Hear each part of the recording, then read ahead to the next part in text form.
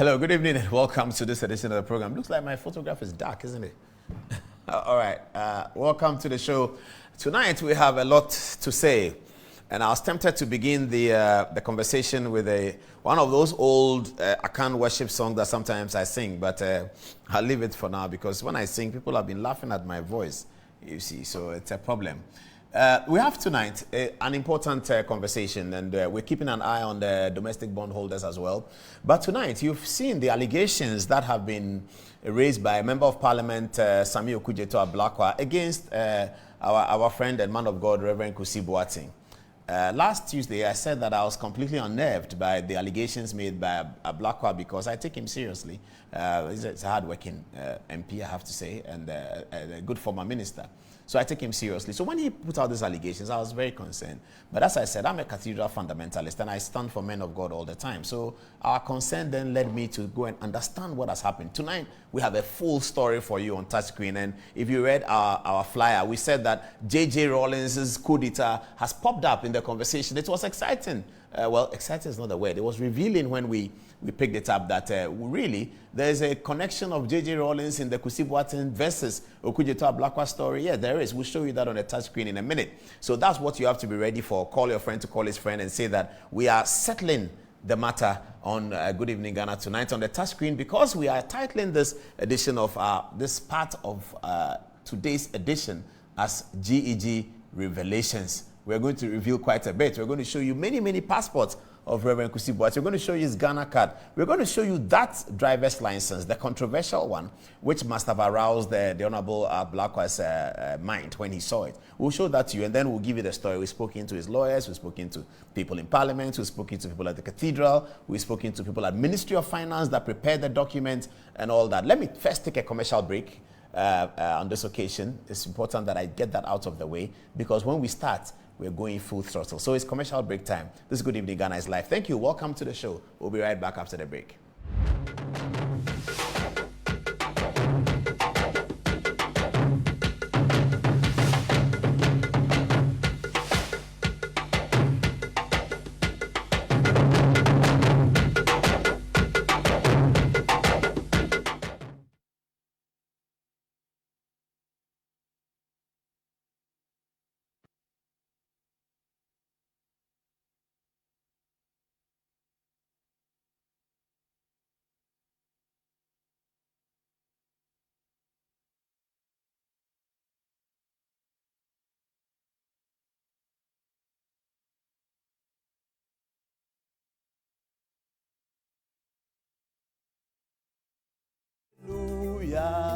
The Son of God is coming again, and the people say, Hallelujah.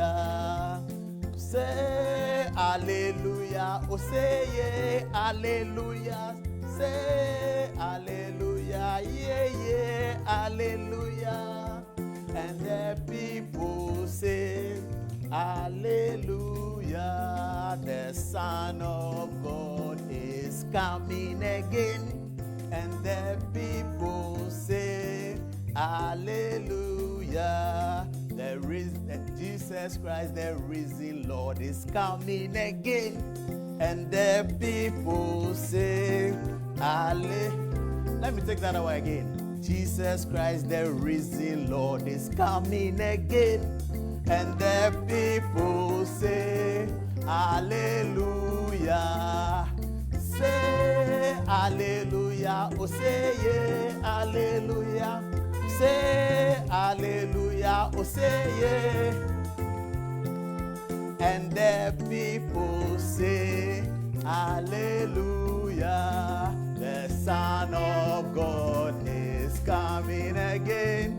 And the people say, Hallelujah, the Son of God is coming again, and the people say, Hallelujah, Jesus, oh say yeah, Hallelujah, Hallelujah, yeah, yeah, Hallelujah, and the people say, Hallelujah, Jesus Jesus Christ, the risen Lord, is coming again. And the people say, Hallelujah. Say, Hallelujah. Say, Hallelujah. Say, Hallelujah. Oh, say, yeah, Hallelujah. And the people say, Hallelujah. Glory. And the people say, Hallelujah.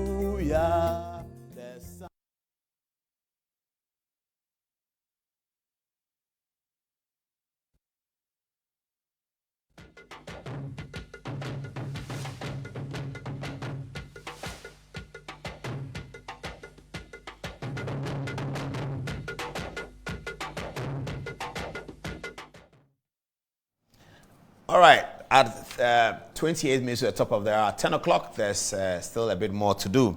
Okay, so we're going to begin our conversation on the touchscreen. I'll be walking there in a minute. We will, for those of you viewers who are hearing this, maybe you've heard it already, but you've heard that they say that Reverend Kusi Boateng has done something and something. You have not followed everything. We're going to walk you through the process from beginning to end, okay? So we will start with the allegations that were made by the Honorable Member of Parliament, and then from there we'll show you the image of Reverend Kusi Boateng and show you the two names that are in contention. We will give you the all-important narration, and then we will take you to 23 years between 2000 and 2023. The 23-year span, Reverend Kusi Boateng had used 9 passports in the period and 1 Ghana card and a driver's license. We will show you all the biodata pages of it. You will see what name, what age, what date of birth, and then you can build up the story. By that time, we have showed you the allegations of the Honorable Member of Parliament, so then you know whether we are answering the allegations correctly or whether we are not answering the allegations correctly. We have taken a personal public interest in this matter. And then we will show you his Ghana card, driver's license. Then we'll look at the position of the law, because the allegation that is being made against him is that he has... he may have potentially conducted fraudulent misrepresentation, which is prohibited by the Criminal Offences Act. So we will look at the position of the law. There's a Supreme Court ruling that, as I sat in the studio, many people were sending it to me, and I thank you very much, all of those who sent me that Supreme Court ruling. We will apply it tonight. And then we will talk about the political matters. Reverend Kusi Boateng has been engaged in election prediction, hasn't he? And we'll talk about that as well. And then we'll talk about his profile. So that will be sharing with you the revelations that we have found on his identification. And then there's also the other matter of the 2.6 million Ghana cedis. What is it about? So it was alleged that the Cathedral Secretariat had paid Reverend Kusi Boateng's company 2.6 million, and the company had represented itself to the Cathedral as an engineering company, when, according to the allegations, the company is not an engineering company. Where is the 2.6 coming from? Where did it go? We'll show you all those details. As some of you already know, the Cathedral has issued statements about this, and we'll go to the statements and deal with it. So we have quite a lot to do today on that matter, and I know that everyone is watching. God be our helper. Here's Reverend Kusi Boateng, by the way, singing a song that turns out to be prophetic for this revelations that we are going to do. Let's start with the song. By the time you come back, I'll be on the touch screen, and then we hit it running. This is Good Evening Ghana, and it's live.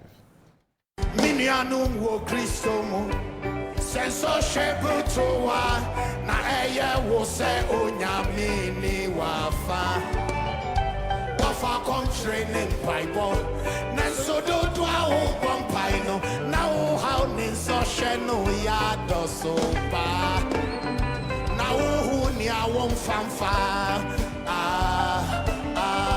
ye waso tie masemi ohi kesi ayesom no de oye no kwafu nyame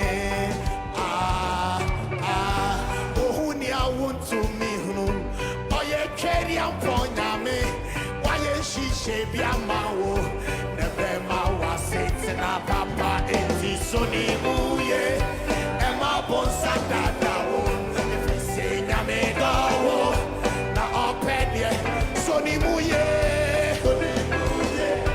Emma Bonsanda, if we say Namedo, now open ye, Yemawo.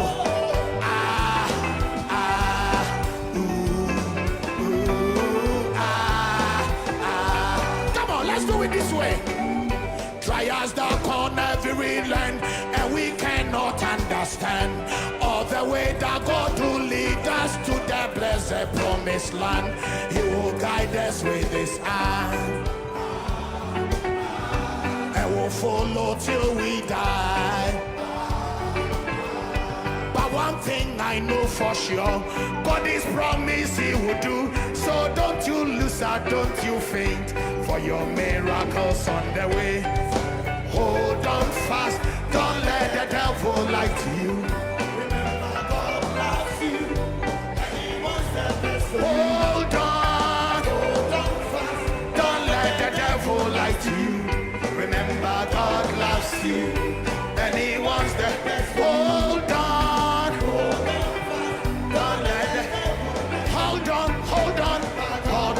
You and he wants.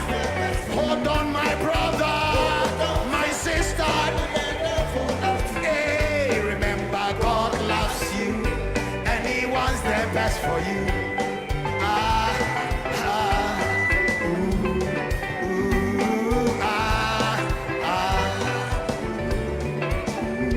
Trials dark on every land and we cannot understand all the world where God will lead us to the blessed promised land.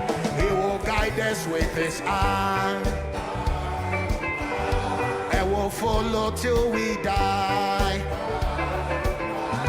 But one thing I know for sure, God is promised he will do. So don't you lose heart, don't you faint, for your miracles on the way.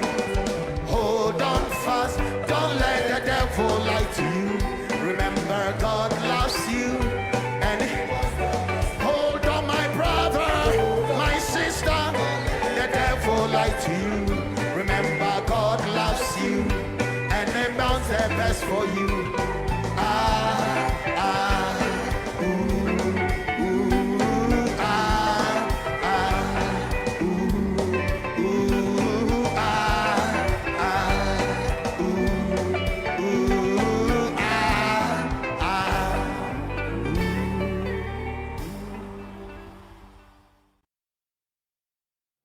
Okay, welcome to the show. Good evening. This is Good Evening Ghana and it's live. Now let's begin with the conversation.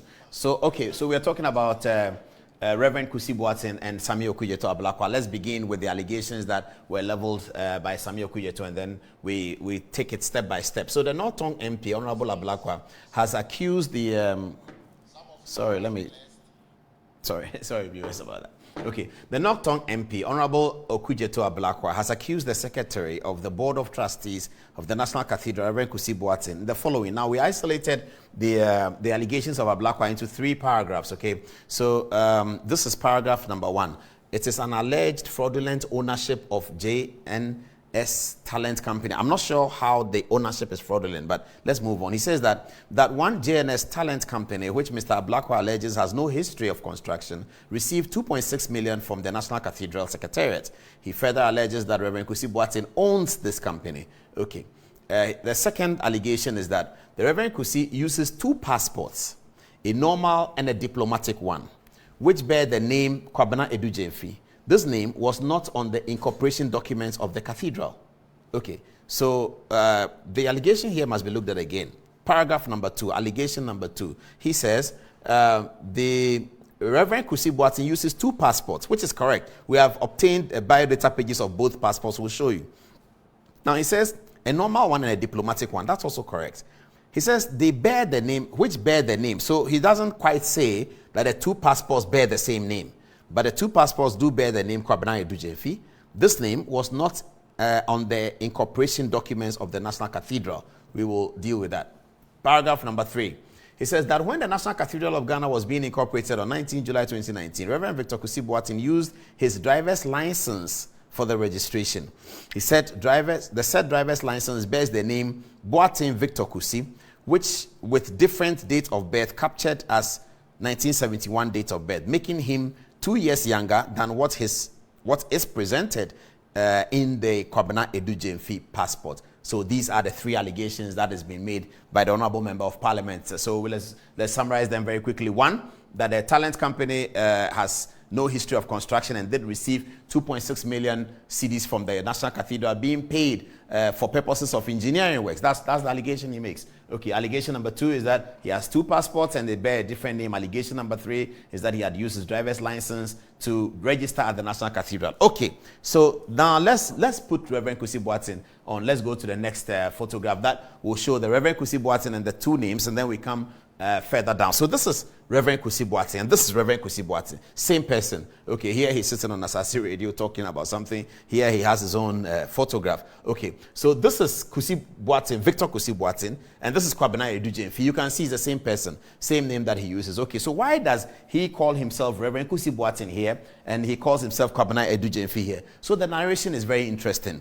Now, Reverend Kusi Boateng grew up in Kumasi, and people who are in Kumasi know that he grew up in Kumasi. Everybody knows that. That's a notorious fact that we don't even need to plead. Okay, so he lives in Kumasi, he grew up in Kumasi. Now, this is the reason why that there's a disparity between Kusi Boateng and Kwabena Edujemfi. His father, his late father, was thought to be some businessman or something important in Kumasi. During the revolutionary era, and many people who are young will not even understand what I'm saying, but during the revolutionary era, politicians and businessmen were captured. Some of them were killed. Some of them got missing. Kusi Pratt has a list of 230-something people who went missing during the revolutionary era. So Reverend Kusi Boateng's father was one of those who was killed in Kumasi during the revolutionary era as a result of what we later all called excesses of the revolution. So these excesses of J.J. Rawlinson's revolution eliminated his father. His father became either collateral damage or a victim of some sort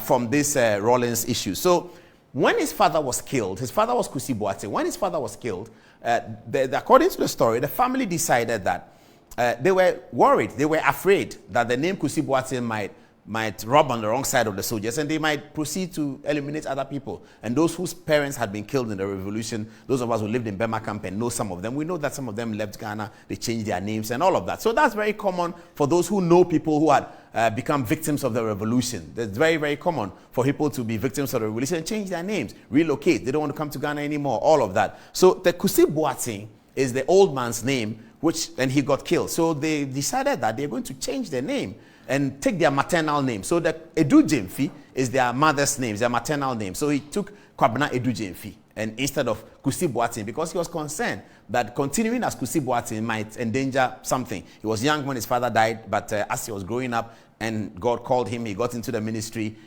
he decided that, well, let's change the name. And I will come back to why that is important. So the name change from Kusi Boateng to Edujemfi was as a result of the excesses of the revolution. Now, let's do the passport thing. I don't know whether they've written down. We're going to take you through 23 years of 9 passports. If you don't have it, let's just go to the passport thing. We're going to do 23 years of 9 passports. Okay, so let's start. All right, so this will be the first passport, okay?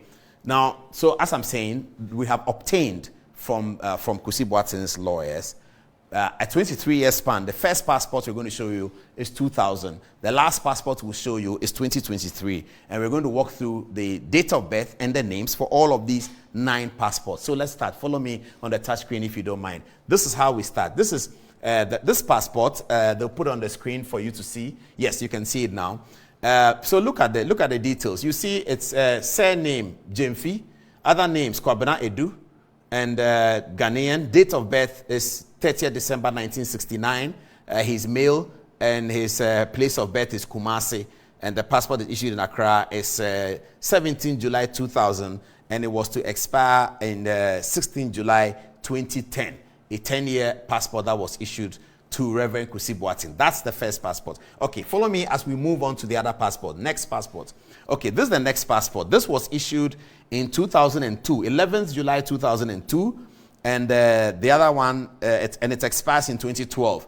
We are not sure why 2 years after he had a passport, he needed another one, but that happens all the time. The important thing is, let's go to the representation that he made to the passport office. So surname, Jemfi, Kwabena Edu Jemfi, Ghanaian, 1969. That's passport number 2. Let's move on. Passport number 3, obtained in May 2005 to expire in 2015. Name, Jemfi Kwabena Edu, Ghanaian, 1969, is obvious, is here, it's clear. Let's move to the next one. The next passport was obtained in 2008, and it was to expire in 2018. Again, you can see clearly that the name is there, Kwabena Edu Jemfi. That's him. Same name and same date of birth. Significantly, the date of birth is where we have to keep an eye on, 1969. All right, let's move on. The next one is another passport, which is September issued in 2012 to expire in 2017. The name is the same, Kwabena Edu Jemfi, date of birth 30th December 1969. Next passport, Kwabena Edu Jemfi is there, there's Ghanaian, date of birth 1969. Now this passport is issued in 2014 to expire in 2023. We can see the details, and this information, we'll put it out on social media so you can rewind and cross-check and all of that. But that's the information. Next passport. Again, this passport now is issued on 7th April 2016 and is expiring in 2021. Name, Kwabena Edu Jemfi. Date of birth, 30th December 1969. Okay. Next passport is being issued. This one is one of the current ones. Yes, this is the latest one before the diplomatic passport, and we'll show you that as well. Now, this 16 May 2018, date of issue, and it's expiring in 2023. Name, Kwabena Edu Jemfi, is Ghanaian, and he's born on 30th December 1969. Okay, now this is the diplomatic passport that Honorable Ablakwa refers to. So Reverend Kusi Boateng has two passports, the regular one and the diplomatic one. That's correct. This is the regular one. I just go back to it. This is the regular one that I showed you. This is a regular passport. The current passport that he has, with which he travels today, Kwabena Edu Jemfi, and his date of birth is 30th December 1969. This is the diplomatic passport, which is issued by Ministry of Foreign Affairs to some people, and it's Kwabena Edu Jemfi. He's Ghanaian, and his date of birth is 30th December 1969. The passport is issued on 25th November 2021. Is due to expire on 24th November 2026. That's the diplomatic passport. So let's build the story, viewers. Let's follow the story. We're moving on. So we've showed you 9 passports of the Reverend Kusi Boateng. We've now showed you how. Okay, so what did we say? It's 9 passports in 23 years. That's what we showed you so far. Now, Reverend Kusi Boateng is known as Reverend Kusi Boateng. That's the name that he traced with as a pastor.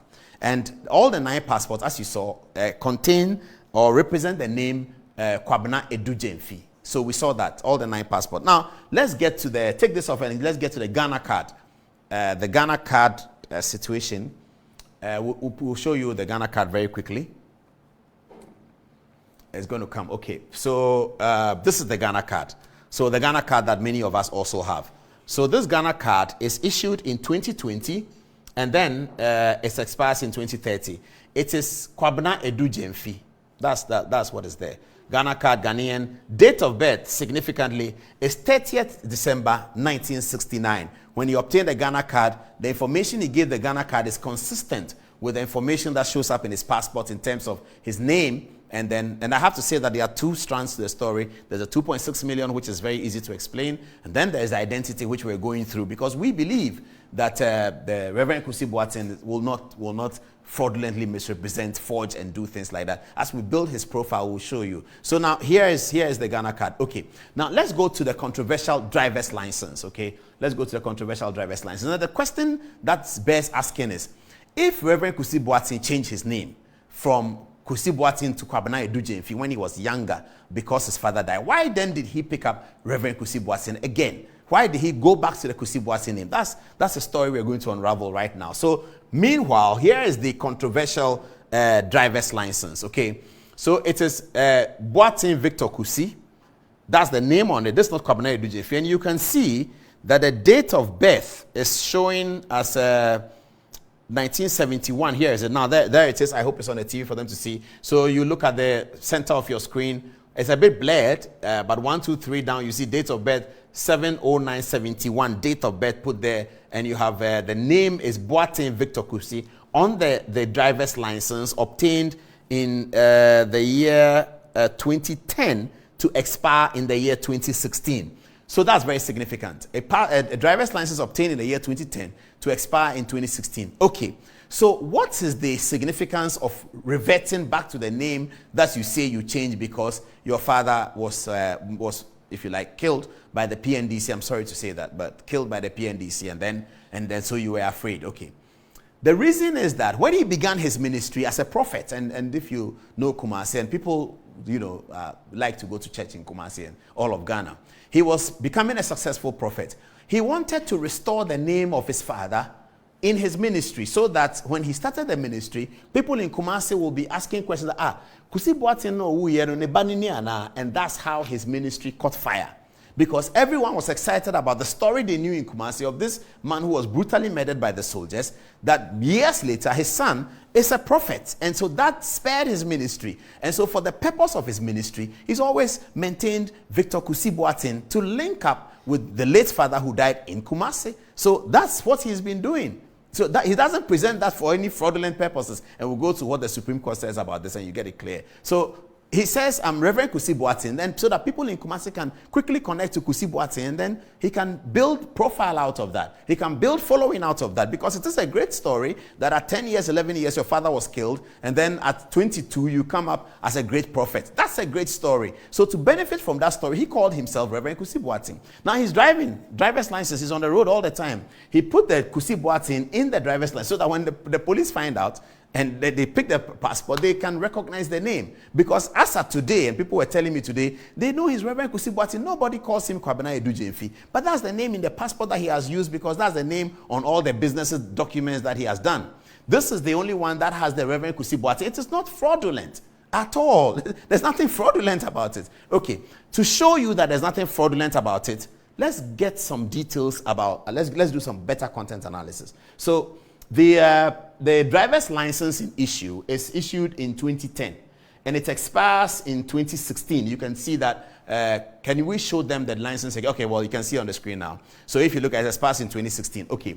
Then in the same 2016, he acquires a new Ghanaian passport because the old one has expired. Now, viewers, keep your eye on this. This is very, very interesting.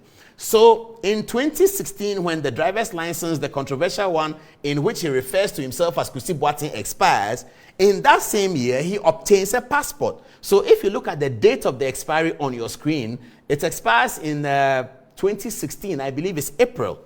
Now, if you come to the document on the right-hand side of your screen, you will now see that in the same year, April 2016, this is 7th April, a passport was issued. Check the name on the passport issued, it is Kwabena Edujemfi, because he kept the consistency with the passport. So it's not as if that he was changing names and changing something. That's not the point. I hope that viewers understand this, and we can please send your text messages urgently to Good Evening Ghana Official so that we can deal with all of these things. So that's the point. Now let's go to what the Supreme Court says about these kinds of things. And people have sent me this case. It's entitled Kofi Sapon versus Franklin Jantua. It's about a land issue. Let's move on and see what the Supreme Court says. So here we are relying on the Supreme Court to show you, viewers, that the Supreme Court of Ghana has recognized that because of our socio-cultural, anthropological nature, if you like, many Ghanaians would have a native name and will also have another name. Some of them for trading purposes, some of them for business purposes, and all of that. So somebody is called Kweus, but his name is Sapon Boateng. So if you are a banker and you work with him, his documents for the purpose of the business is Kweus, but his passport is Sapon Boateng. That he has not used the Kweus to misrepresent himself and to claim anything or to purport any fraud. The Supreme Court says that's okay. When did the Supreme Court say that? They said that right here. Let's go into the details and look at it. Okay. So in this matter, Kofi Sapon versus Franklin Jantua. Now I need the reporting. I need to get, where is it reported? Is GRL? Okay, there it is. Oh no, it's just a suit number, but I need, where has this case been reported? Is this Supreme Court of Ghana law reports? We need that so that our viewers can follow up. Okay, so let's get to the trial. Okay. The trial court also conceded that it is not illegal for any person to acquire property in his native name. The Court of Appeal considered this and concluded it did not violate any law unless there was proof that it was done with a criminal purpose. That's very interesting. So the Reverend Kusi Boateng's driver's license that has his name Kusi Boateng on it, was it acquired for a criminal purpose?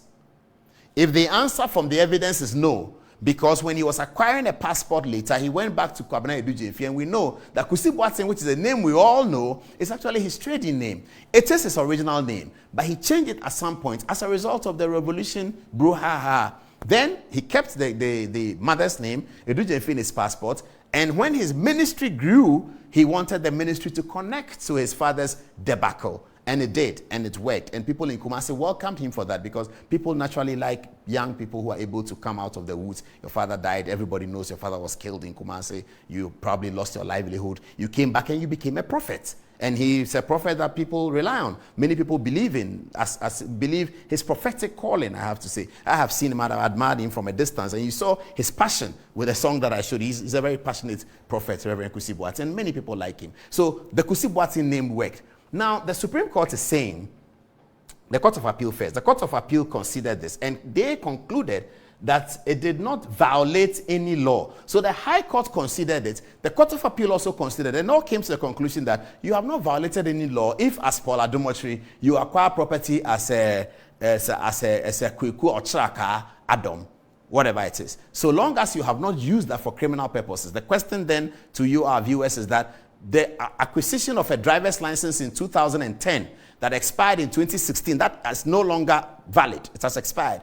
That the use of the name Reverend Kusi Boateng on that driver's license that he intended to purport some fraud, something like that. It's a question for you to answer, but we answer that question in the typical negative. It wasn't for fraudulent purposes. Thus, it will not surprise anybody if such a person acquired property in the native name. It is an age-old practice, the Supreme Court said. This is the Supreme Court affirming the position of the High Court and the Court of Appeal. So both the High Court and the Court of Appeal, in the trial process, this is a Supreme Court authority. So the matter traveled from High Court, Court of Appeal, and the Supreme Court. The High Court held that if you have found somebody using different names, to the extent that he has not used one of them to procure any fraudulent matter, there's no problem with it. And the Court of Appeal considered it and also came to the same conclusion. It says here, the Court of Appeal considered this and concluded that it did not violate any law unless there was proof that it was done with a criminal intent. We are wondering whether with these revelations, the jurisdiction of Shraj is not completely ousted.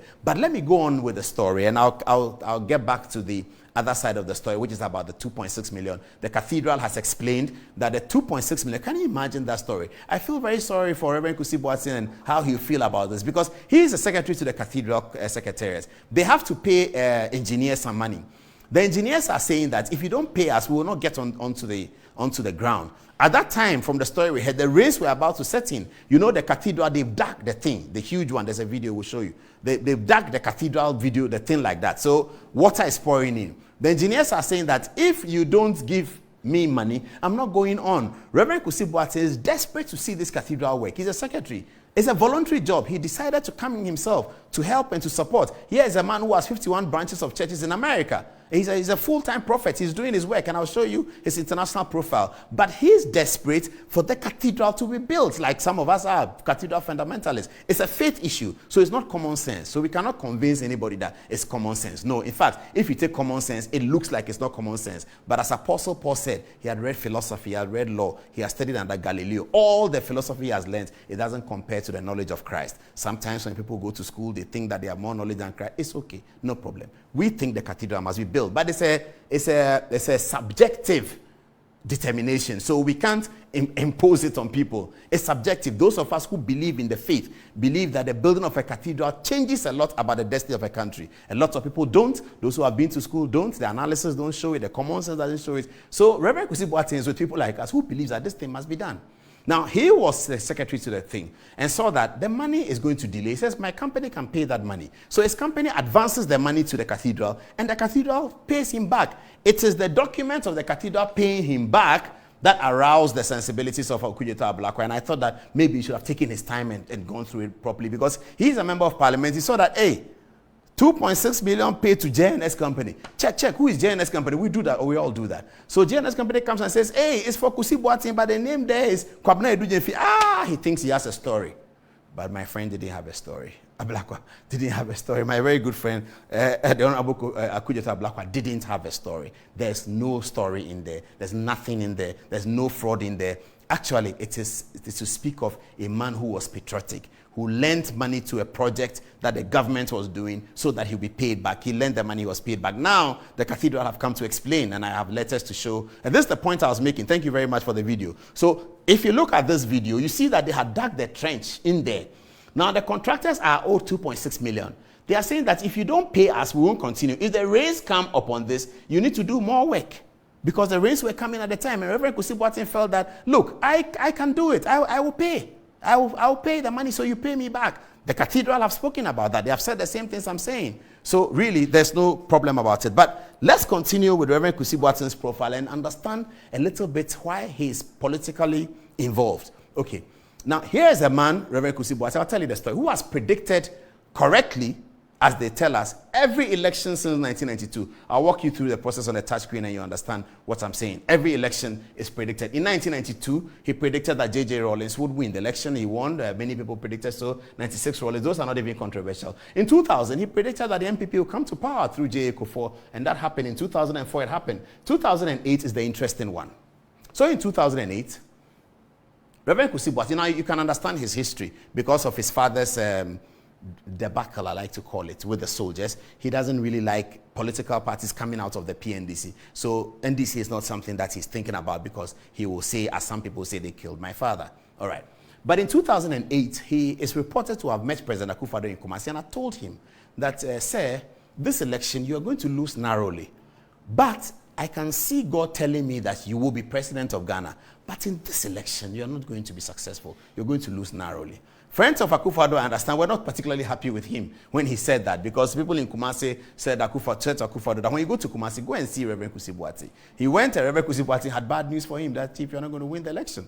Okay, so as soon as that happened, the people who heard him say that said that, wow, this guy said it. This prophet said it. 2012, let's go back to him. Okay, so what happened? In 2012, Kusi Boateng then engaged with them, Akufo-Addo people again. And he told them that, I'm sorry to say, this time too, you will not win. But I see you go to court, and I think that you will win the court case, but it doesn't make you president. This is what is reported to have said. Very interesting for those of us who are hearing it after the fact, that you will go to court and win the court, but you will not be president, because the application to the court is to change the election results for the applicant, the election petitioner, to become president. So if you say he will win the court, but he will not win the election, it doesn't kind of make sense to people who understand the legal process. But this is what he's reported to have said. Truly, the court, if you look at it contextually, it looks like Akufo-Addo won the court. But he didn't become president. Then in 2016, Reverend Kusi Boateng, in 2016, Reverend Kusi Boateng predicted a landslide victory for Akufo-Addo. And it happened. And then, from that time, he became friends with the people. Let me take you back to the story. Now, in 2008, when he made that prediction and Professor Mills was sworn in, friends of Professor Mills who were born-again Christians wanted him to come and meet with Professor Mills. Reverend Kusi Boateng hesitated to do the first meeting with Professor Mills because he said that as far as he's concerned, his father will turn in his grave if he goes to engage with leaders of the political party, which is an offshoot of the PNDC, that brutally murdered or killed his father. That's the point. That's what happened. So he hesitated to do the first meeting. We don't know yet whether he did other meetings or not, but he hesitated to do the first meeting with the NDC because he was saying that he's not sure about how his father will feel in his grave if he's engaging with them. Okay, let's move on to 2012. President Mahama won the election. I don't know whether he engaged with President Mahama. And then in 2020, Reverend Kusi Boateng again told the MPP people that Akufo-Addo was going to win comfortably, but Parliament was going to be a kind of a tie. He said that as well. Okay, now the new problem is that last year, at the end of the year, Reverend Kusi Boateng is predicting that the New Patriotic Party will win the 2024 elections, but there may be some violence after the victory. And he's reported to have said further that for NDC to win election, there are some things that have to be done. Else, they will not win 24, they will not win 28, and they will not win for a while. He's reported to have said this. Some members of the NDC in Ashanti region and other places did not take it kindly to it, and they were very angry with him. So it may appear that some of this may be political vendetta, but we don't know whether it is or not. But that's Reverend Kusi Boateng's history of predicting elections. Now, I'm going to show you the video of Reverend Kusi Boateng performing on stage, and then I will come back to show you the profile, the kinds of heads of state that he has engaged with because of this, his gift of prophecy. Here's Reverend Kusi Boateng say, let's play the song again. Here is it.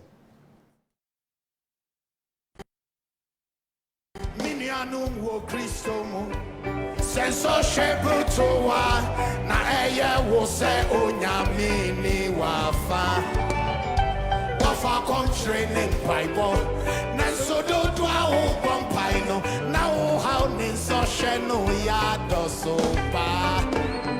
Na uhu ni awon fanfa. Yen wasutie masemi. Ohi kesi ayesom no die. Oye no kwafu nyame. Uhu ni awon to me hunu. Oye keri ampo nyame. Waye shishe biamawo. Nebe mawa setina papa enti soni muye. Ema bonsa dadawo. Ifise nyame dawo. Na opedye soni muye. Ema bonsa dadawo. Ifise nyame dawo. Na opedye yemawo.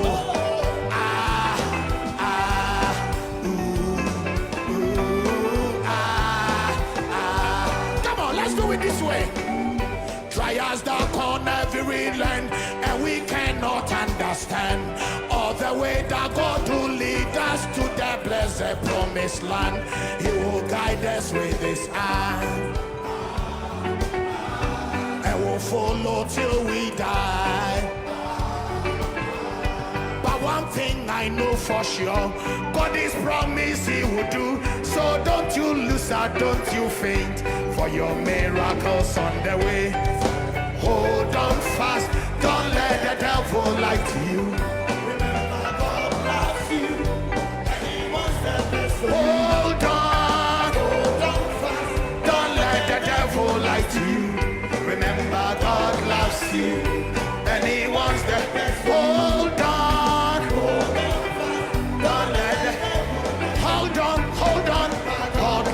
You and He wants. Hold on, my brother, my sister. Hey, remember God loves you and He wants the best for you.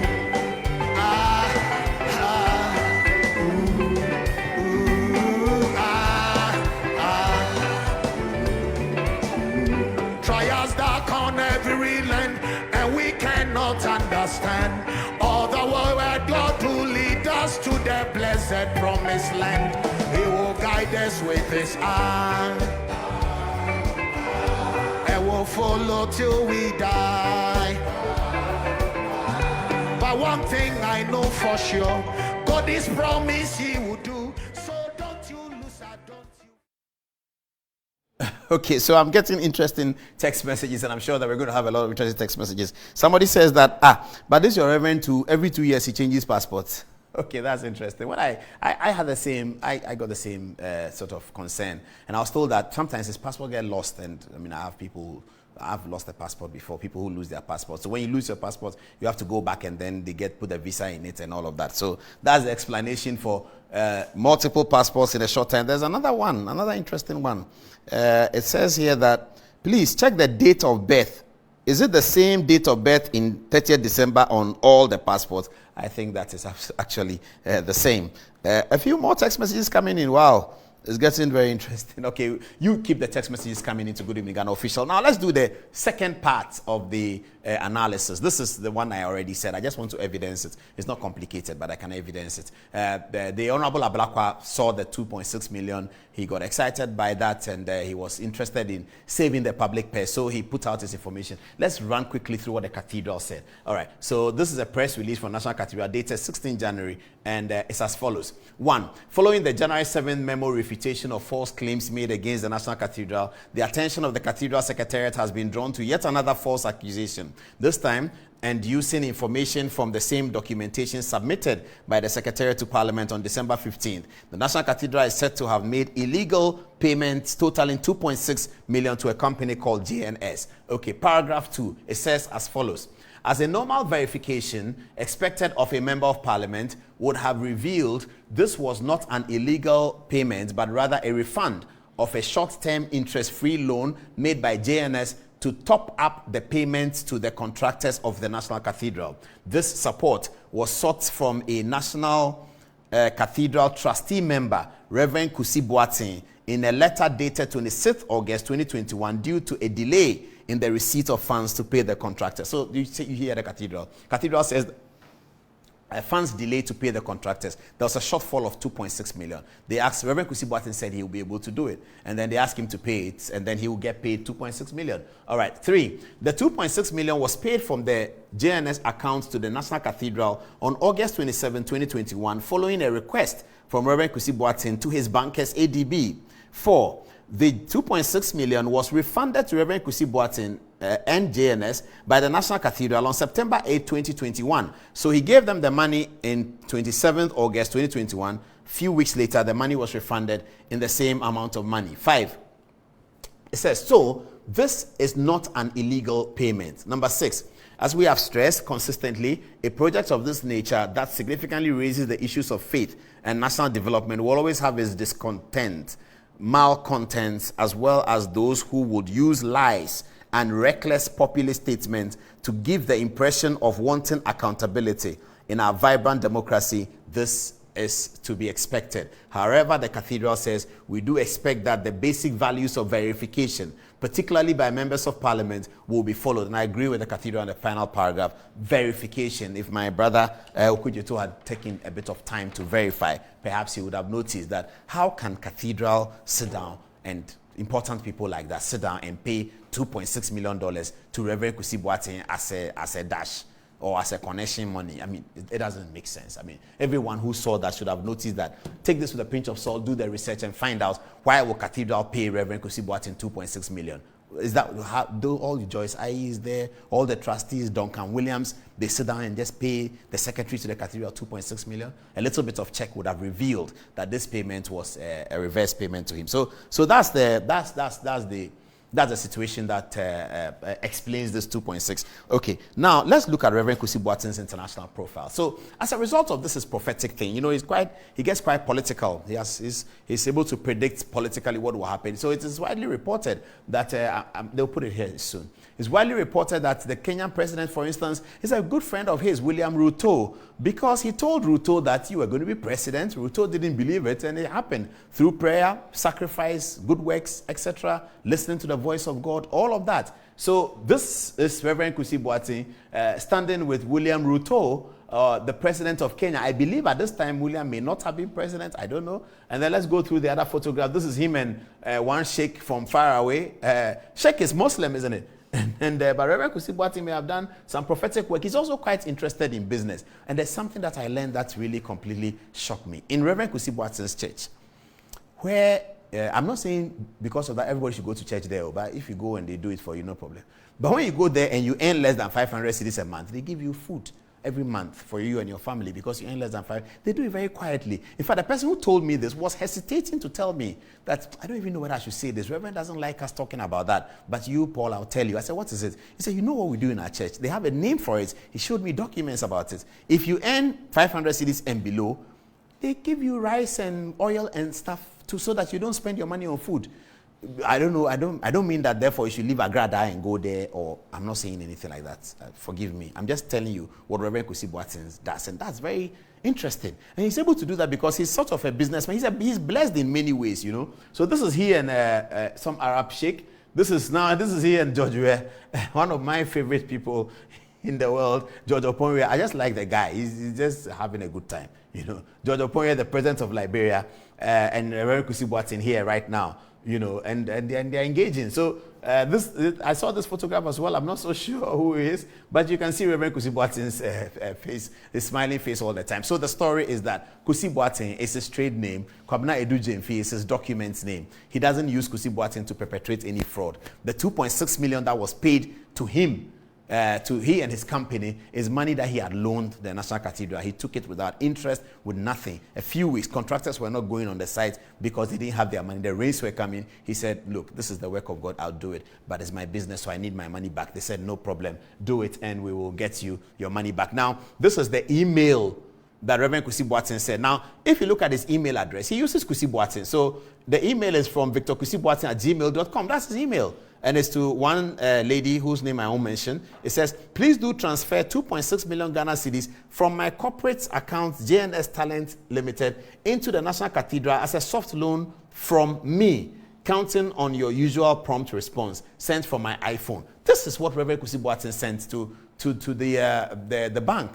and said, pay the money to National Cathedral. Now, when a man does this, is that the kind of response we give him? If the member of parliament, my good friend Sami, had taken time to look at this in some detail, he would have unraveled all of this. Sami is an intelligent man. He would have easily unraveled all of this. But once he saw 2.6 million paid to Kusi Boateng, Akufo-Addo is in trouble. And that's what happened. That's really what happened. It is a bit of indiscretion. It's a bit of speed in publishing. But mistakes are there for us to make and correct ourselves. So I'm sure that the mistakes that have been made have been observed. And next time, it will be taken in a better way. So this is the story. Those of you who have never heard Reverend Kusi Boateng preach before, never heard him preach. I've showed you him leading worship. Never heard him preach. This is the message of him preaching. Here it is. Have a look at it.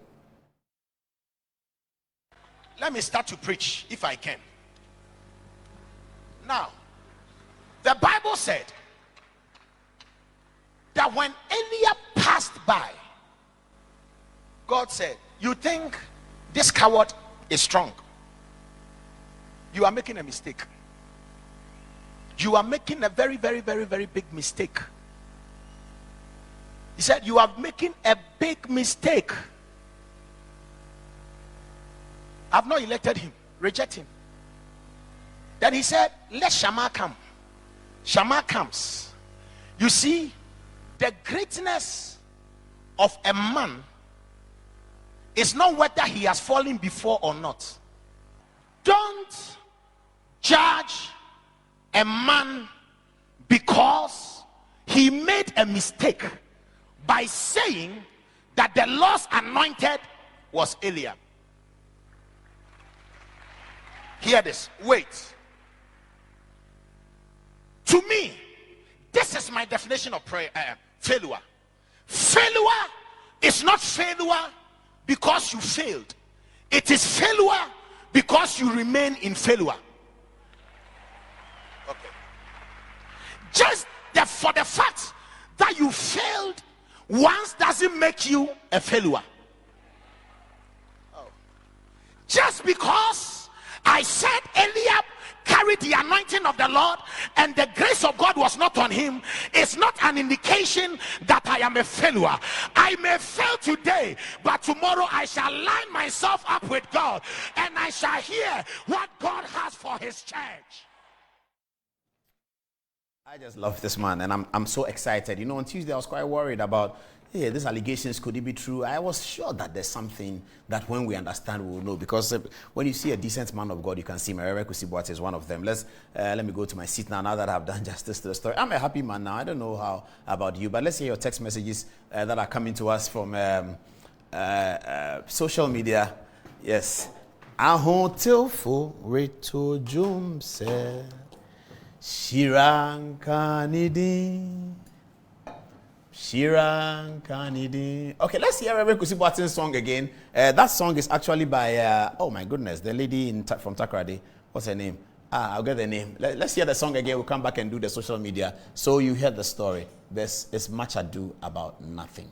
Here's Reverend Kusi Boateng. Minianum wo Christo mo senso shebutowa na eye wo se onyame ni wafa training Bible Nanso do dwa wo bompai no na wo how ninso she no ya do so pa na wo hu ni awon fanfa ye waso tie masemi ohi kesia yesom no de oye no kwafu nyame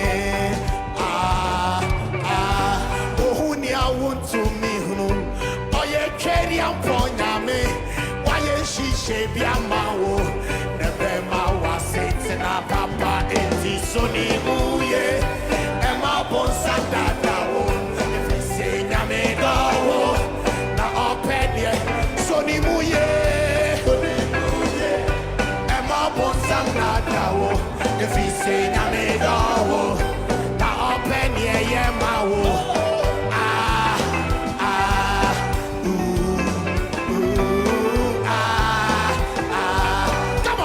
This way, trials that corner every land, and we cannot understand all the way that God will lead us to the blessed blessed promised land. He will guide us with his hand. And we'll follow till we die. But one thing I know for sure, God is promised he will do. So don't you lose heart, don't you faint, for your miracles on the way. Hold on fast, don't let the devil lie to you. Remember God loves you, and he wants the best for you. Hold on fast, don't let the devil lie to you. Remember God loves you, and he wants the best for you. Hold on.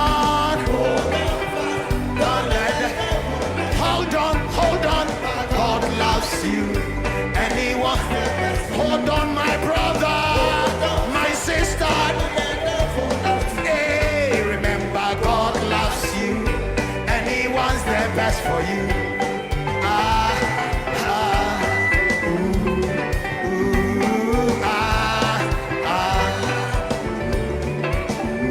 Trials dark on every land and we cannot understand. All the world God to lead us to the blessed promised land. He will guide us with his hand and we'll follow till we die.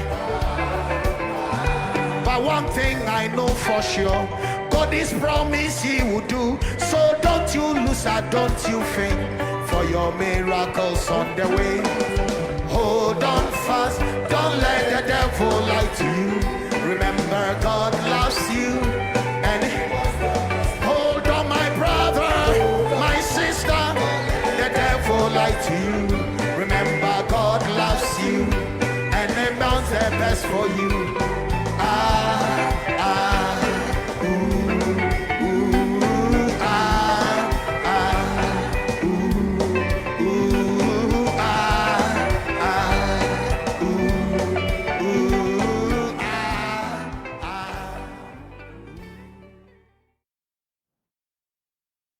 The text messages are flying in like crazy.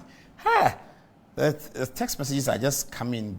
Everybody is sending theirs. Okay, so one of Kusi Boateng's assistants sends me a text and says that, Paul, if you work with Reverend Kusi Boateng's level of travels, the leaves in the passport, if you know the old passports, were very small. So his passport gets full. And I've had that experience before. When your passport is full, but it hasn't expired yet. So they give you a passport for 10 years, in 3 years is full. They give you a passport for 5 years, in 1 year is full. So that's what somebody is saying. That's a very important remark that we need to add. That the other reason for the 2-year passport is that the passport is full. People are also saying that the date of birth change in the driver's license, they still don't get it. Why did he do that? Well, for whatever reason it was, he didn't apply it fraudulently. When it expired in 2016, he has not used it. That driver's license has expired. He does have a new driver's license now. It doesn't have one, I don't know. But that driver's license has expired and he doesn't use it anymore. And after the driver's license expired, he was doing a passport. He reverted to the old age and the Edujenfi name. And then, most importantly, the most primary document these days is the Ghana card. And in the Ghana card, it is 1969 and 2020. So at 24 minutes past 10 o'clock, let's see what people are saying. More people are sending me. Keep sending, but don't send and tell me that you don't want your name to be mentioned. Maybe I'll mention your name. Okay, Karen, let me start with you. Thank you, Paul. From A4 says, good evening, Ghana official. What is the name and date of birth of his current driver's license? In my view, an expired document cannot be used for a current discussion. From Kusi Intiamo, he says, Paul, the explanation of the name for me is not an issue, but what happens to the date of birth on the driver's license and the current passport? Don Medical says, great work, Paul. You will continue to be the best journalist in Africa. God bless you. And then from Richard, he says, I was nearly waiting for this. Thank you, Paul. Over to you. Okay, so coming from Bennett Danso, good evening, Paul Ademotre. Okudzeto Ablakwa's persecution of the much respected prophet Victor Kusi Boateng is just like the crass and shoddy journalistic work done in the time past by Manasseh in Bishop Dag Heward Mills's Lighthouse Chapel versus some of his aggrieved pastors, brouhaha. His so-called expose is incompetent and a much ado about nothing. Coming through from Kusi entry Bosiako, Paul. My father was born Yaodade at birth and grew up, and he changed his name to Joseph or Jibwa entry. I never knew his former name until one day his senior brother came to the house and called him Yaodade. When I asked him, he told me that was his former name until he changed it when he entered the police service. Does that make him fraudulent? Eric Edu says, my date of birth was mistakenly changed by the DVLA. Does that mean I was born on 2 different dates? My birth certificate and passport bear my correct date of birth. Also coming from Kwabena Entribo Siako, SNIT has captured a wrong date of birth for me, while my other particulars captured the correct date of birth. Once again, does that make me fraudulent? Maestro Amos says, I take no stance. I am happy that the laws of Ghana are going to be put to test. A.B. Ababio, that's very true. His prophetic gift is authentic and forensic. He is a genuine man of God. He's speaking in context of Reverend Victor Kusi Boateng. Samuel Deku Otu says, Ablakwa has always been populist in his approach. All his allegations that have been investigated either by the courts, the parliament, or any quasi-judicial body has been proven to be untrue. He did same to Boachi Ejako during Ejako's vetting, but it turned out to be a lie. He and Omane Boama took Jake to court and failed to prove their case. Here he is making another one. His credibility is not solid. Betwan Nash Yabang says, talk about the 10. Why must he use 2 10 numbers? Please address this issue about the 10. Okay, so Betwan, there's no 2 10 numbers. Nana Adumako says, Paul, you're being too charitable. Ablakwa is aware of everything you have said. The issue here is simple. He doesn't respect a section of the populace, especially the gullible NDC supporters, so he will just throw in baseless information and get away with it. In fact, even if he comes out to withdraw and apologize, people would still hold on to the lies. A.P. Ababio comes in again to say that the gift of Reverend Kusi Boateng is undoubtedly unique, true prophet for the nations and not just Ghana. Paul, you are indeed a great journalist. And lastly, from Lily Rose, Paul, some people travel a lot, and so their passports normally get full quickly. It's not news, and it happens to a lot of people. Kabana Yunchibo comes to say it again, that people who travel a lot get their passport filled before their expiry date, hence requiring a new passport. This is normal, and it's no news. Over to you, Angelo. Right. So Bryce watching us on Cathedral says that song performance was done in Zimbabwe in one of his spiritual son's churches. Makandewa is also a great prophet prodigy of Reverend Kusi Boateng. That prophet Makandewa is the one who gave a vivid revelation about the COVID-19 2 years earlier before its breakout. Right. Now, Tabri from Kumasi says, we thank God the truth has finally come out to destroy the spirits of Sambatism and Tobiasm. The hand that has started the building of the cathedral will bring it to pass by his grace. Amen. Amisko Spilele watching us from Kaswa Republic. Okay, Kaswa Republic. He says, in fact, the National Cathedral will be built to the glory of God, so Honorable Okudzeto Ablakwa must give us a break. He continues, regards to Prophet Kusi Boateng. Right. Now, this says, hi, good evening, Paul. I'm Albert. Please, Okudzeto should know that even DK Poison lends Ghana money. So why should it be wrong today if Reverend Kusi Boateng lends the cathedral board money? I want him to sue Okudzeto heavily. Well, that's a bit strong. Okay, so Samuel Kojosuglo says, good evening, Paul. I'm very disappointed in Reverend Kusi Boateng if he doesn't drag Okudzeto Ablakwa to court. Samuel Okudzeto is a total disgrace to we. Well, that's a bit harsh. And this is a birthday message. It says, happy birthday to Richardson Ansong Date, a.k.a. Parquet of Shia Osudoku District Hospital Adodowa. May God richly bless you in all your endeavors from your parents and siblings, Esther and Kobe, all of Latebi Okoshi, Accra. Amen. Happy birthday to you. Oh, back to you, Paul. Why, do you know him? No, it's just the message that came in. You reading birthday dates. When people send you birthday dates, you don't read them. You read this. Okay, let's get back to the conversation again. And it's interesting, is it not? It's very interesting. I wish I could open the phone lines on this one for people to tell us what they think. Now, so the allegations, I mean, you have to forgive Okudzeto Ablakwa because he got the information. You know, he's been big on Cathedral and cathedral fraud and monies paid for the cathedral and all of that. And he's also been big on presidential travels. And so when he saw that Kusi Boateng had been paid money, he believed that what he was seeing was fraud. And I believe he believes so. But by now, he should know that, and I'm expecting him to come and correct or apologize for alleging that the 2.6 million that was paid to Reverend Kusi Boateng was fraudulent. I'm expecting him to apologize. I'm sure he would. He went to Presec. We are not trained in, like the way the other school, Accra Academy. sorry. That's just a joke. But I'm expecting the Honorable Member of Parliament, having seen that his initial allegations against Reverend Kusi Boateng on the 2.6 million was flatly and totally and absolutely wrong, he must come and say something. That's how we build a nation. If we get something wrong on this program, we will come and say it. We try hard not to get things wrong, but one day we can get something wrong. I mean, God has helped us for decades, 2 decades and more. We have not gotten anything wrong yet. But we still need the help of God to continue not to get things wrong. But anybody can get anything wrong. And I think that on this occasion, Ablakwa was blatantly and manifestly wrong. That 2.6 was paid to Reverend Kusi Boateng in pursuit of fraud. No, you can't say that. He was a patriotic citizen. How many Ghanaians? I mean, he's secretary of Cathedral. It's a voluntary work. He signed up for it. He can decide that if the money doesn't come, the money doesn't come. But he is burning. He's burning in his stomach for this to be done. So he says, my company has some money. Ask for 2 weeks. We can deal with it. So take the money, give it to a contractor. When the money comes, give it to me. So the money comes and they pay back to him, and then you accuse him publicly of fraud. And then you add his identity that, to ground your allegations of fraud. You now go and get his identity and say that, this is the man who has been changing names, different names. So when he said Reverend Kusi Boateng has 2 passports, he didn't say the 2 passports have different names. The 2 passports have the same name, the same date of birth.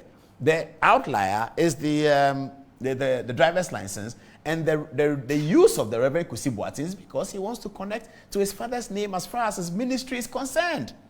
But when they were growing up, they were afraid to be called Kusi Boateng. They wanted to be called Edu Jemfi, because that doesn't connect them to the man who had been killed by the revolution. And so people of the revolution who had stayed in power from the revolution all the way until 1999 were still in control. And if they heard that you are Kusi Boateng and you are making noise and you want to talk about your father, they will come after you. So he wanted to walk around as an Edu Jemfi.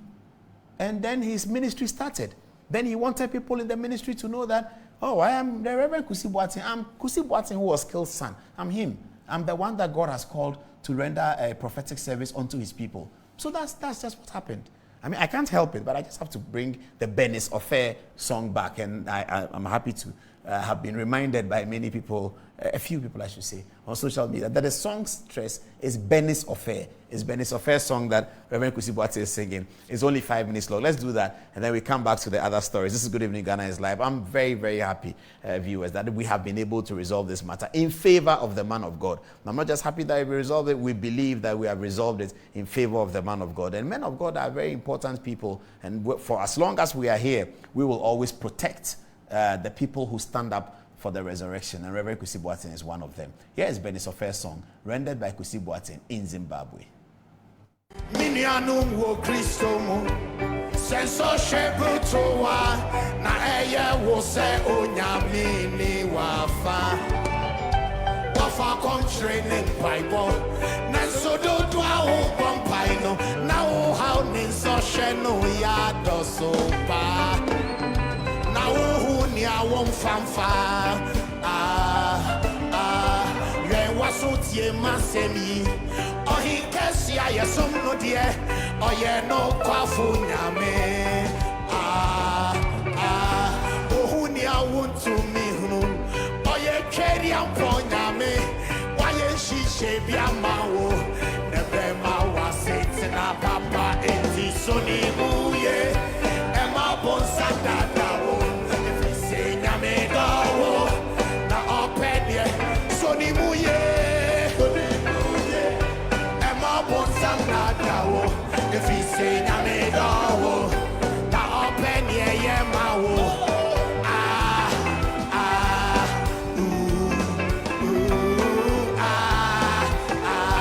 come on, let's do it this way. Trials that come every land, and we cannot understand all the way that God to lead us to the blessed blessed promised land.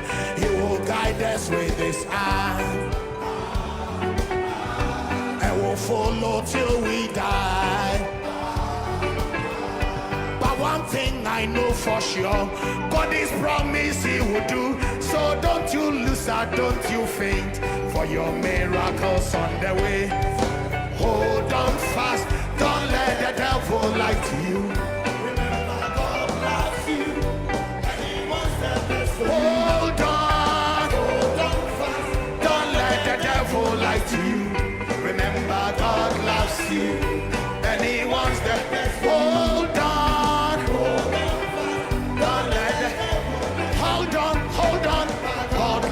You and he wants. Hold on, my brother, my sister.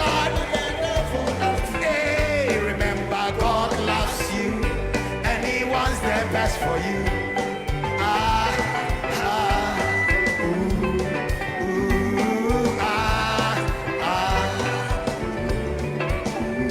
Trials dark on every land, and we cannot understand all the word God to lead us to the blessed promised land. He will guide us with his hand, and we'll follow till we die. But one thing I know for sure, God is promised he will do. So don't you lose heart, don't you faint, for your miracles on the way. Hold on fast, don't let the devil lie to you. Remember God loves you, and hold on, my brother, my sister, the devil lied to you. Remember God loves you, and he wants the best for you.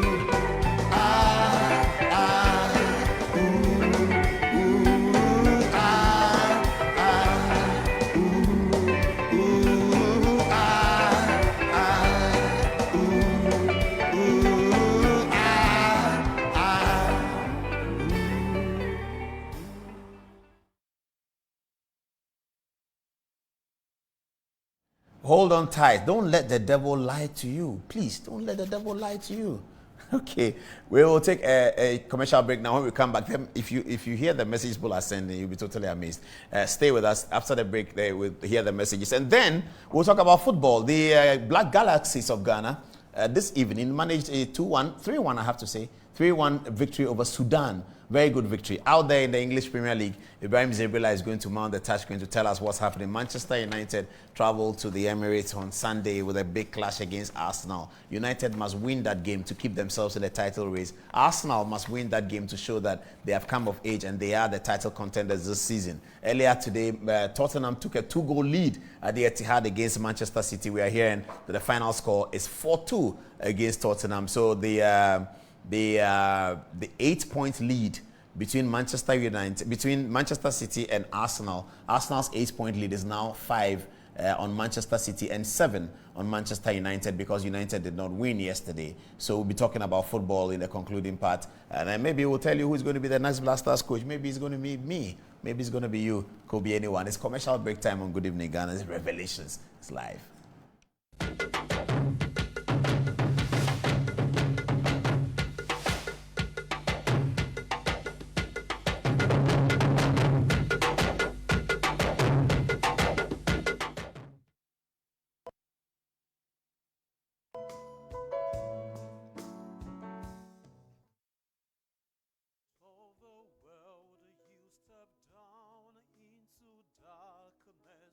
Open my eyes to let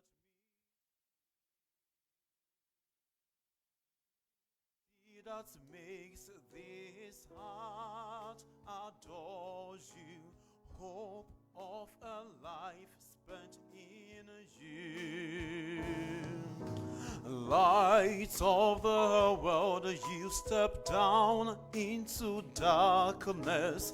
Open my eyes, let me see beauty that makes this heart adore you.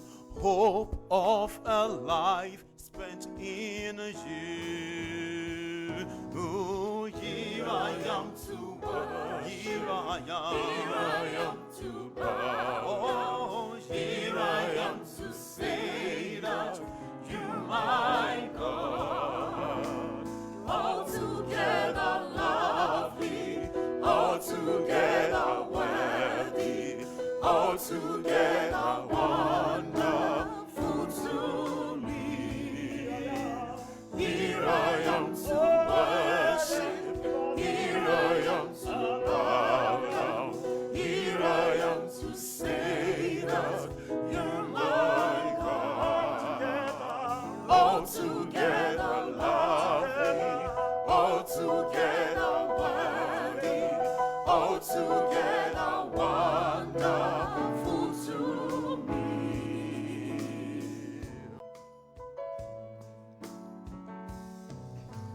Light of the world, you step down into darkness.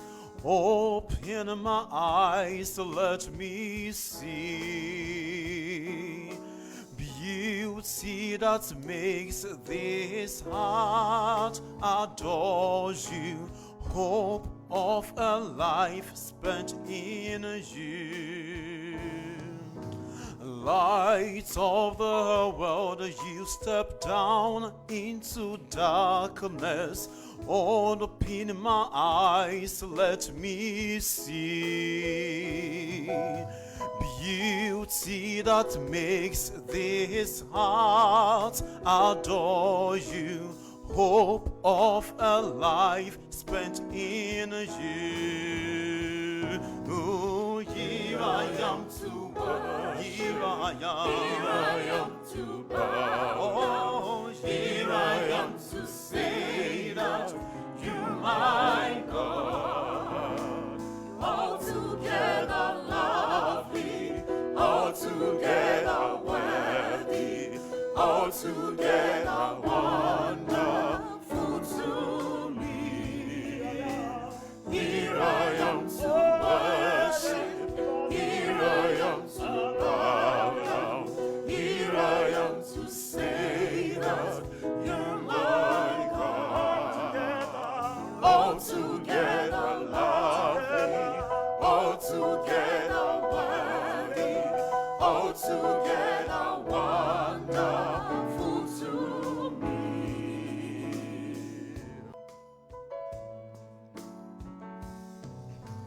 Light of the world, you step down into darkness. Open my eyes to let me see.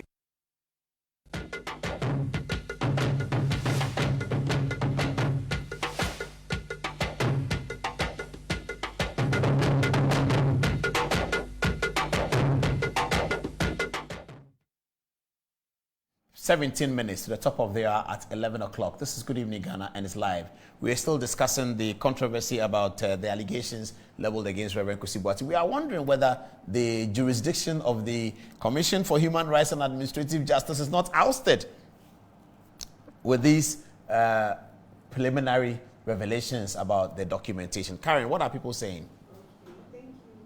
From Kobe says, Paul, I like your dress. I'm Kobe from Dance Ayakot. Farabov says, great show. Umar Farouk says, Paul, your program is unique. The late former President Rawlings started with coup d'etat and ended with democracy. Emmanuel Awule says, Paul, the way you make me learn.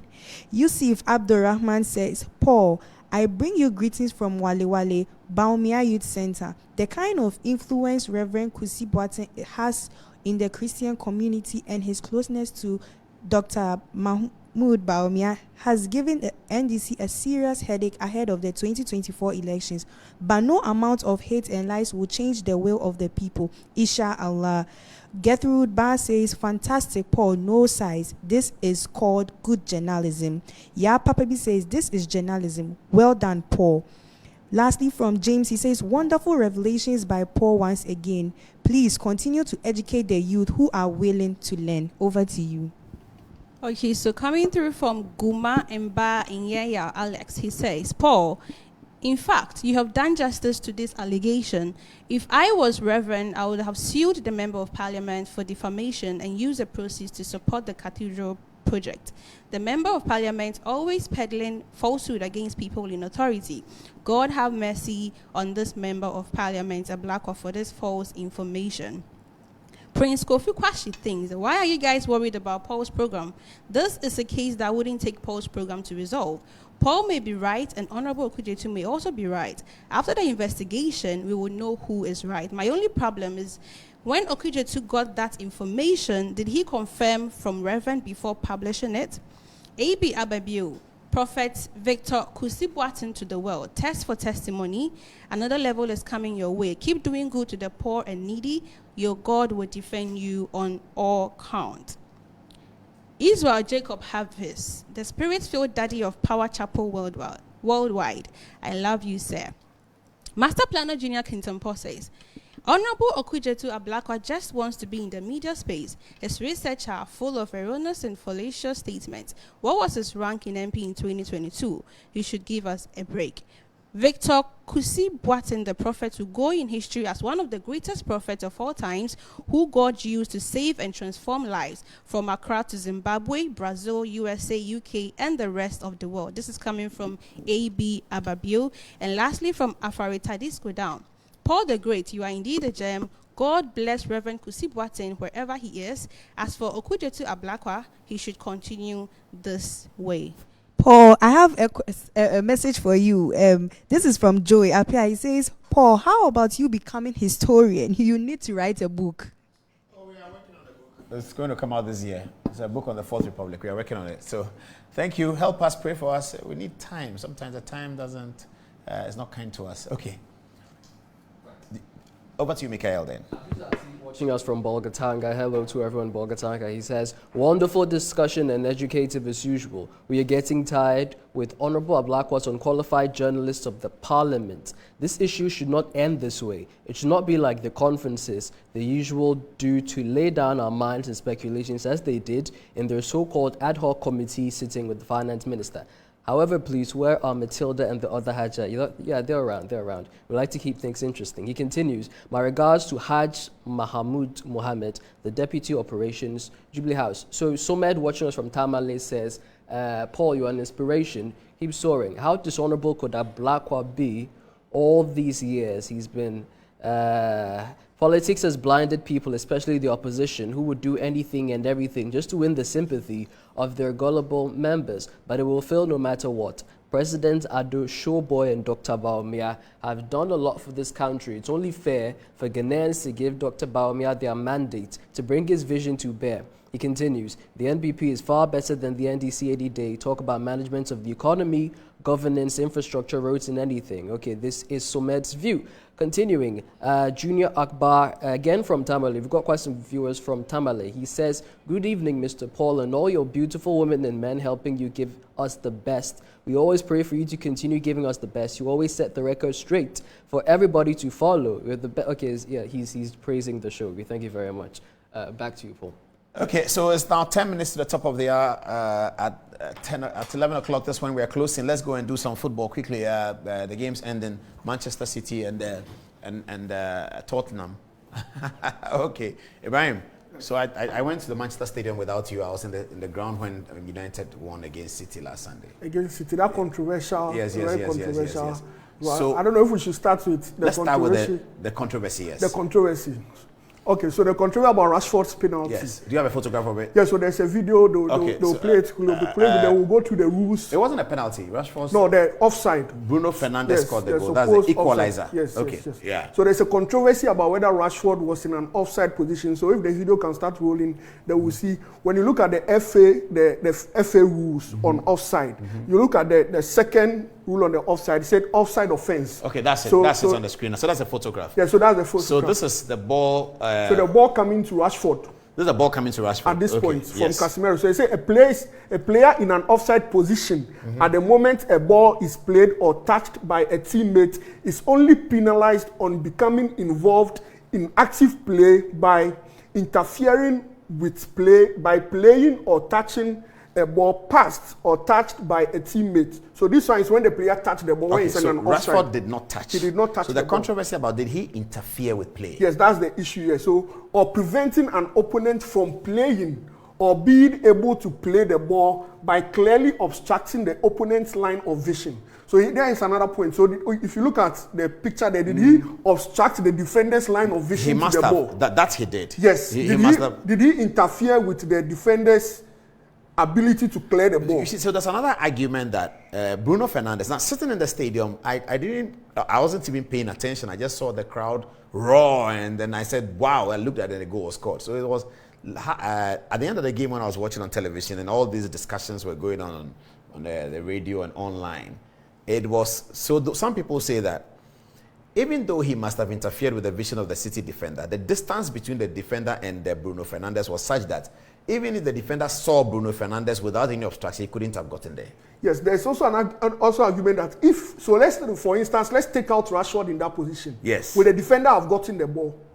And that's what they think is unlikely because the ball was crossing. The ball went, you see where the ball is. The ball is the ahead of the defender. is much closer to the ball than Bruno Fernandes. Yeah, but the ball is going in front of him. It's going in front of Rashford. And there's also the question about the goalkeeper. Yes, the goalkeeper. Because there's also another image where you see the goalkeeper focusing on Rashford. Yes, that's that true. Means he has been. That means Rashford has interfered with him. I agree. Yes, Rashford has interfered. I mean, it was a great goal for us to celebrate an equalizer at the Old Trafford, but it looks like really. Immediately the goal was scored, Peter Cech tweeted that this goal, accepting this goal even shows that the people who even made the rules don't understand the offside rule. The offside rule has been something that always creates controversy. It does. It always creates, even with VAR, still it creates controversy. And there was an interesting part of the conversation that I watched on TV. They said that VAR cannot be called in because it is not a determination of fact. Yes, it's a subjective one. It's a subjective one. So once the referee makes a decision, the VAR doesn't come in. Yes, whether he interfered or not. That's what the referee will have to decide. Whether Rashford, it's not factual. You don't use video. Factual. The referee will have to decide whether Rashford's interference, it affected the City's opponents or That's not. what Gary Neville was saying. So Gary Neville said that if you look at where the City defender was and where the trajectory of the ball, which was going forward, it's more likely that Bruno Fernandes will get to the ball because he said, Gary Neville said, if you watch clearly, Rashford actually obstructed Bruno Fernandes. Yes.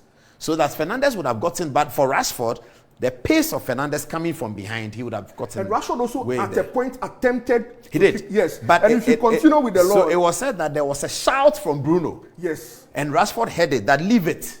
And so that's how he left. Yes, and if you continue, you see that they also talk about challenging an opponent for the ball.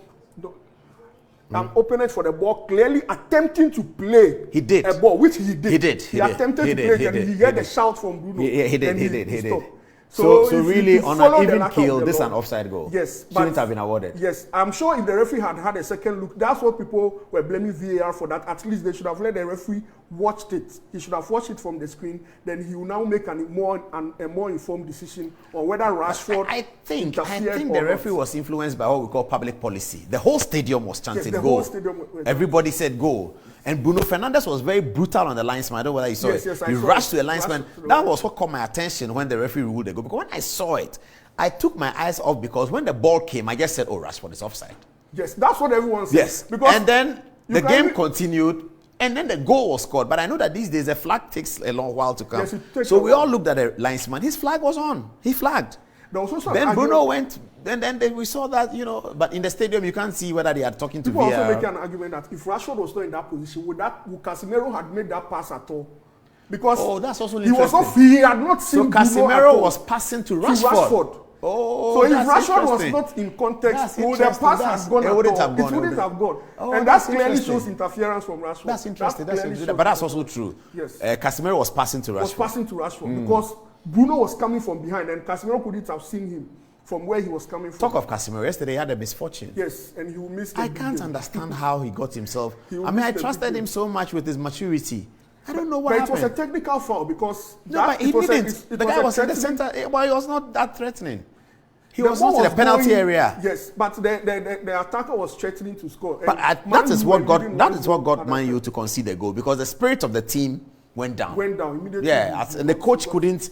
And I blame him too. He couldn't pick himself up and tell the team that let's go. He couldn't do that. He himself was so down and then the equalizer came. Okay, so let's look at the league table. Man City won Won today. Won So today. glorious Arsenal is still on top. On top. 47. There's an 8 point gap between Arsenal and City. Oh, Arsenal and no, is it 8? Arsenal, yes, 47-39. No, it shouldn't be. It was 8, and now they won, so it should be Okay, 5. but they both have outstanding games. That Yeah, I they know. play. Yes. Yeah, but the game they played today should take them to 5 points, with they having played one more than Arsenal. So your league table is not correct, because it was 5 points after the Sunday game. Yes. Arsenal won. Because this was Arsenal won their game from the against Premier Tottenham. League. Yes. Maybe the time. I Arsenal think won it's against directly from the Tottenham. Premier League website. They won against Tottenham, and so they went 8 points back. It went back to 8 points. Today, with the City win, it should bring them to 5. Oh, okay. And then Arsenal is 5 points ahead of City and 7 points ahead of Manchester United, who have played one more game. One more game. And they go to play Arsenal on Sunday, which will make Arsenal play 19. They will still have played one more game. But the interesting thing is that one game is against Manchester City. So they still have 2 games. and that's to play away. against Manchester City. City are hosting that game at their tier. Yes. So can we look at call the that 5 game as an Arsenal lost? So Arsenal's next 5 fixtures. Manchester United is what you're showing. This is isn't it? Manchester United. Okay, so Arsenal's next 5 fixtures. Okay. Against Man United. They are home against Man United. They go away to Everton, which is winnable. Yes, Brentford. They host Brentford, winnable. Why is it difficult? Brentford has defeated Chelsea, City. They've defeated a lot of big teams. Where are they on the table? West Ham, Brentford. So wait, let's go back to the Arsenal. So this Arsenal Man City, the one you're showing, Arsenal Man City. is it? Yes. That's the regular one, the second round one. So is that going to be played before the outstanding? Yes, that will be played before the outstanding. We don't know yet. Yes. Anyway. And then they go away to Aston Villa. Aston Villa. So in this fixtures, they should be able to beat Everton. But Everton are relegation threatened, so we really don't know what's going to happen. Yes. But that's a tough place to go, Goodison Park. Yes, It's a tough yes, place to go. And you are saying Brentford is Brentford going to be is very difficult. difficult. I It's think they're very going to lose difficult. this one. They're going to- And then I think they can struggle and beat Aston Villa. Let's go to the rest. Man City's two. Man City are home to Wolves on the weekend. They'll beat them. And They they'll just play beat Tottenham again. tonight, and they Yes, play they'll them play again. Now Tottenham they are again. going to London. Yes. And they also play I think they Aston can manage Villa, that. the Aston winnable. Villa is difficult.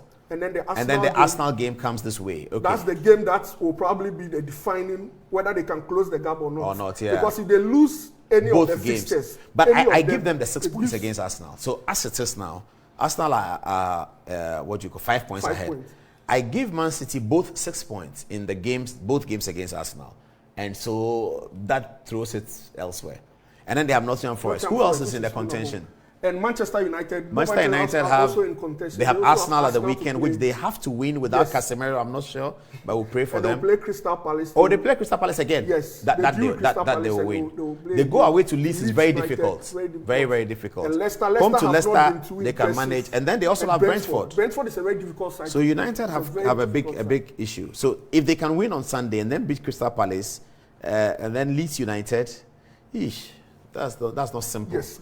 But is it not still too early? 19 games to go. Is it not still too early? Yeah, talking it's about? Liverpool can come all the way and then grab it. It's too early, but if you look at the history of the Premier League, if you are leading like from January going, normally those teams are able but to. But the other history is that Arsenal is the only team that have led in January and have not won the title. Won the title. That's another thing too. Okay. So that's all right. So that's our story for football. We'll leave it here. Let's take the last set of text messages and then we'll be wrapping up on Good Evening Ghana tonight. Thank you, Ibrahim. Yes, Karen, if you have, are you ready? Oh, you're not quite ready. Okay, let's Antoinette, if you're ready. Okay. So, talking about the football, TJ Musa came and said, yes, Manchester City should have 42 points and Arsenal having 47 points. So it is actually a 5-point difference. And then Jacob Koulibaly says it was a clear offside. Aside these people are still talking about the Reverend Kusi Boateng's case. And Paul, Assalamu alaikum. May Allah bless and protect you and your program, Good Evening Ghana. The Ghanaian home and abroad are enjoying this program than any program because of the education, history, and political education. I love my Tuesdays and Thursdays. Greetings to my MP, Honorable Eko Vincent Esifua, aka Tafo. With his help, I always stay glued to enjoy Good Evening Ghana. Lastly, from Redu Bwanse, is this Okudzeto man who the NDC are pointing fingers to be JM's vice hopeful? He must be worried of his future if he wants to become a leader for Ghana, but not only the NDC, because he's always shaming himself in a bid to the public purse saver. Sharp teeth. Over to you, Angelo. So Samuel Israel says, how can you discuss foreign games without discussing the Chan? Master Planner Junior Kintempo says, it's coming to Manchester, either City or United. He again says, Arsenal cannot win this EPL title. I do agree. Now, Mark, watching us from the USA, says, Paul, he sends a link and he says, Paul, please watch this game and you will realize that Manchester City benefited from a similar advantage. It was a clean goal. And that's it for now. Okay, so we are off TV now. We are not off TV, are we? We're just wrapping up now. Thank you very much, viewers, for watching. This has been Good Evening Ghana. For this week, we'll come back next week. Yes, next week, Tuesday, we have a super interview. I will not disclose it. We got that interview yesterday. We're very delighted that we got signed up for this big interview, which is coming up on Tuesday next week. It's an interview about the financial, economic situation in the country. But we're getting a big figure, big throat, big name to give us an interview on Tuesday. That's Good Evening Ghana for tonight. Thanks for watching. Have a good weekend. If you drink, don't drive. And good luck to Manchester United when they go to the Emirates on Sunday at 4:30. Good night.